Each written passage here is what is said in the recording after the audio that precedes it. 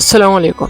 कुरैश उस्मान के trailer 285 episode में खुशामदीद। Trailer में दो बड़े वाक़ियात सामने आए हैं, एक हलीमा की यादाश्त और दूसरा उली खान की मौत। ट्रेलर में दिखाया जाता है कि उस्मान सांविका को दावत पर बुलाता है और सांविका को कहता है कि कई कबीला भलाई के साथ पेश आने वालों का शुक्रगुजार होता है, दुश्मनी करने और बुराइयां करने वालों से दुश्मनी जरूर रखता है। सांविका उस्मान से पूछती है कि क्या ये दावत सिर्फ मुझे शुक्रगुजारी के इजहार के लिए है या फिर आप मुझे पेश करदा शराइत के हटाने का इरादा रखते हैं। उस्मान बे उसे कहता है कि बरक्स मैं तुझे कल टैक्स दूंगा। सरगोन फातिमा को मुसलसल देख रहा होता है और उनके दरमियान अरहान आता है। फातिमा बाला को कहती है कि सरगोन नामी शख्स का मुझ पर नजर आम नजर नहीं है। दूसरी तरफ बाला और सूफिया की लड़ाई दिखाई जाती है। सूफिया बाला से भाग रही होती है। बाला उसे कहती है कि अपनी बेटी को ढूंढकर मैं तुम्हारी जान लूंगा और सूफिया पर हंजर से